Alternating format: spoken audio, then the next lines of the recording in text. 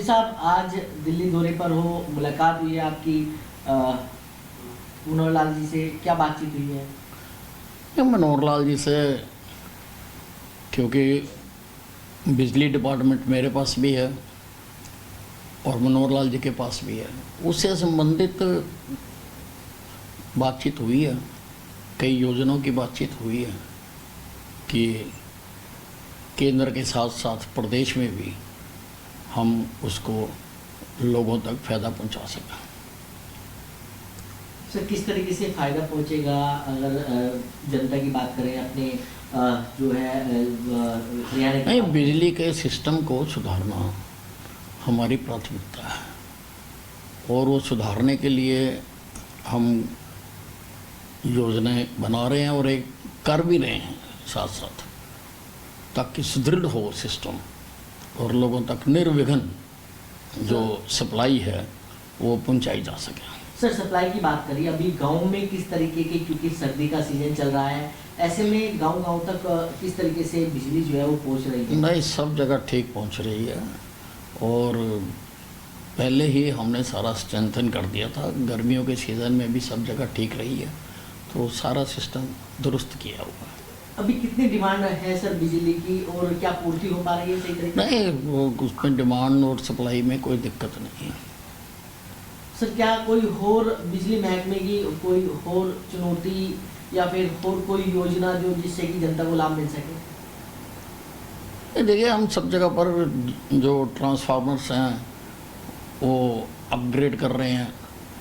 हम जो कंडक्टर है ताकि वो कैरी कर सके लाइट को, और उसी मजबूती का, जिस मजबूती की जितना करंट उसमें फ़्लो करना है उसकी आवश्यकता है, वो हम बदल रहे हैं। शहरों में हम बदल रहे हैं, गुड़गांव में, फरीदाबाद में बड़े स्केल पर वो हम कंडक्टर लगा रहे हैं। सर, नया कोल ब्लॉक मिला है, किस तरीके से आप देखते हैं, कितनी बड़ी उपलब्धि?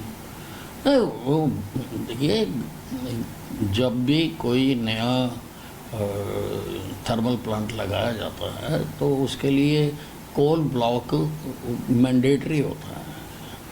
तो वो हम, क्योंकि हिसार में और पानीपत में हम 800 मेगावाट के लगाना चाहते हैं। अभी हमने यमुनानगर में भी प्रधानमंत्री जी ने उसका शिलान्यास किया था, थर्मल पावर प्लांट का 800 मेगावाट का। तो जो नए लगाना चाहते हैं उसके लिए कोयला आवश्यक होता है और कोल इंडिया उसके लिए सैंक्शन देती है। तो वो हमें हिसार के लिए खेदड़ जो प्लांट है वहाँ जो हम योजना बना रहे हैं तो उसके लिए मिली है। तो इससे उसका काम आगे बढ़ेगा और जल्दी वहाँ पर इसकी इंस्टॉलेशन होगी।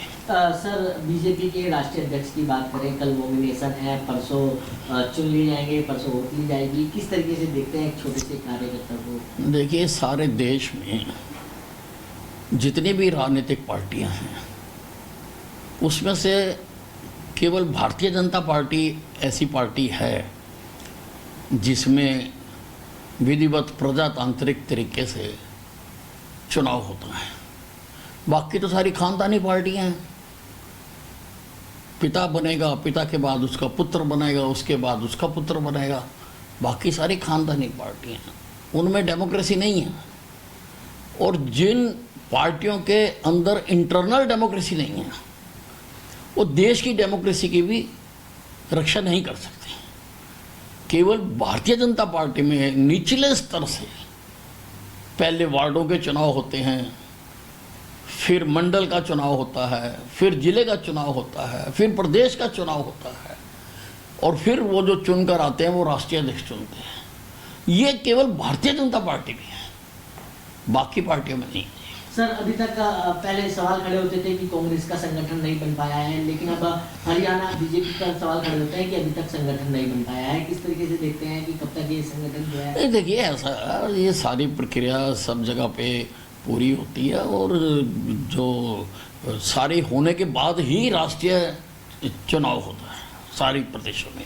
सर, नगर निकाय के चुनाव भी हैं, किस तरीके से देख रहे हैं बीजेपी? देखिए, अब तो कोई चुनाव आए भारतीय जनता पार्टी जीतेगी।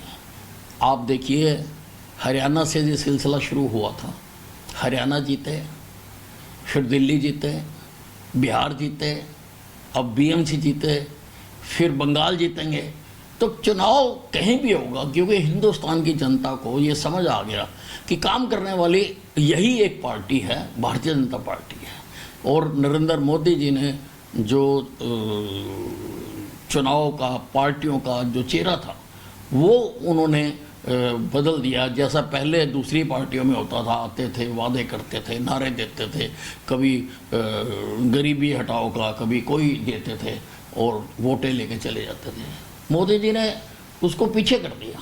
मोदी जी ने अब केवल विकास की राजनीति करने का देश में जो सिलसिला चला रहे हैं जब से मोदी जी आए हैं, तो अब जनता किसी और पार्टी को आगे नहीं लाना चाहती। सर, कानून व्यवस्था की बात करें हरियाणा में किस तरीके की है, क्योंकि लगातार जो क्राइम है वो लगातार बढ़ता जा रहा है। नहीं, देखिए, हरियाणा में सरकार पूरी तरह से इसके बारे में काम कर रही है, और कितने ही जो एंटी सोशल एलिमेंट थे, लगभग 5000 के करीब, उनको जेलों के अंदर डाला गया। तो सरकार अपनी पूरी जिम्मेवारी का निर्वहन कर रही है। लेकिन सर, जिस तरीके से गैंगस्टर विदेशों में बैठ के लोगों से फिरौती मांगते हैं, धमकियां देते हैं, तो उस पर भी कार्रवाई होती है। समय समय पर विदेशों से भी ला रहे हैं पकड़ के, और सारा उसका सिस्टम है। सरकार कानून व्यवस्था को दुरुस्त करने के लिए सर काम कर रही है। बजट भी पेश होना है, कितनी उम्मीदें हैं आम जनता को, किस तरीके से राहत दी? नहीं, लोगों की उम्मीदों को पूरा करेंगे। लेकिन सर, कांग्रेस तो कह रही है कि ये इस बजट से प्रदेश पर कहीं ना कहीं और ज़्यादा अधिक कर्जा बढ़ेगा।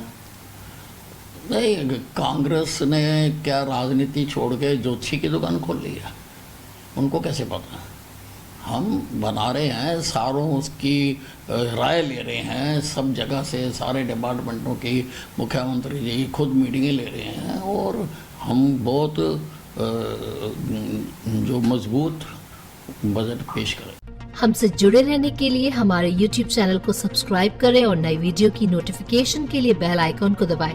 अगर आप ये वीडियो Facebook पर देख रहे हैं तो लाइक जरूर करें और ज्यादा से ज्यादा शेयर करें। धन्यवाद।